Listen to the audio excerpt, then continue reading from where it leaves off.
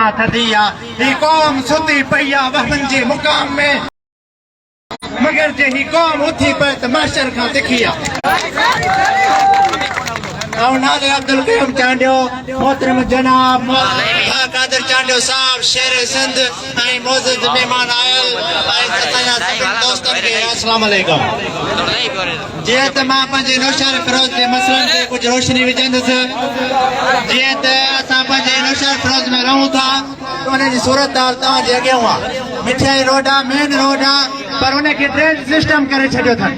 हींअर ताईं तव्हांजे अॻियां आहे सम्झो त ड्रेन सिस्टम जो ॾेख पियो थो त अहिड़े हिसाब सां केतिरा ई मसइला नौशाद फिरोज़ जा त पर असांजो अफ़सोस आहे जो मां हिन माहौल में रहां थो।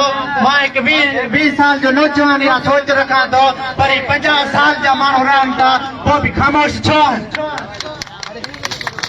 अफ़सोस थींदो आहे मूंखे इहो सोची करे एतिरे नाश्ता बि नौशाद फिरोज़ सां आहे हितां जा कामरा गर्भ थिया आहिनि ही ज़रदारी वारस ख़तम असां निकिता आहियूं। इंशाअल्लाह असांखे ही बहितरीन हिकु प्लेटफॉर्म मिलियो आहे धरती धनी तारीख़ ऐं कादिर चांडे जी अॻवानी में। इंशाअल्लाह असां हुन सां गॾु आहियूं। तव्हांजी असां सां मोहबत हुजे ऐं तव्हांजो असां सां साथ हुजे।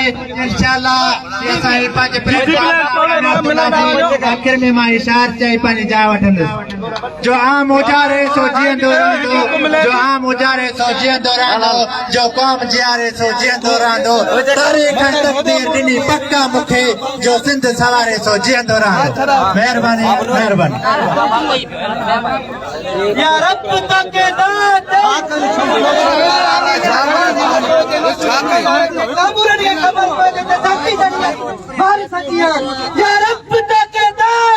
सिंध बेगुनाह थई या रब तक सिंध बेगुनाह थई या रब तक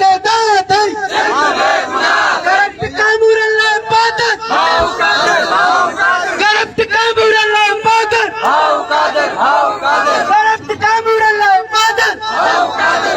पादर मिट्टी सां मोहब्बत मुंहिंजो ईमान आहे इहो इश्क मुंहिंजो मकान आहे सिंध तां हर शइ हर जन्म कुर्बान आहे। हाणे आउं दावत ॾींदुसि ठरी मीरवाह जे सदर बाबर अमूर खे तो अचे स्टेज ते पंहिंजे ख़्यालनि जो इज़हार करे। ठरी मीरवाह जो सदर बाबर अमूर हवा स्टेट ताणी महिरबानी करे स्टेट थोरी ॻाल्हि जो महिरबानी कयो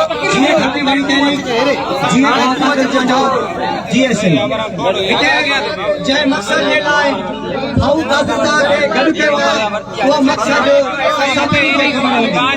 हीअ ज़रदारी वायरस जेका सिंध खे लॻी आहे मुसलसल सिंध खे लुटो आहे। सिंध जे माण्हुनि खे हिन ब्लैकमेल करे हिन वोट वठी करे हथ सां सिंध खे ॿोड़ायो आहे। कंहिं वक़्त खां वठी ठरी मीरवाह ताईं जेके पाणी हिन ग्रुप सिंध खे तबाह कयो उहे सभिनी खे ख़बर आहे।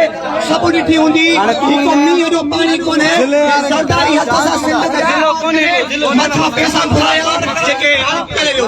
मूंखे अफ़सोस थींदो आहे सिंध जे माण्हुनि खे जेके लाइन में 100 माण्हू गॾु थी करे राशन जे कटे जे करे बीहंदा आहिनि। जेकॾहिं इहो DC जे घर जो 100 माण्हू घेराव कंदा हिननि खे रोड ते अचण जी ज़रूरत ई न पवंदी।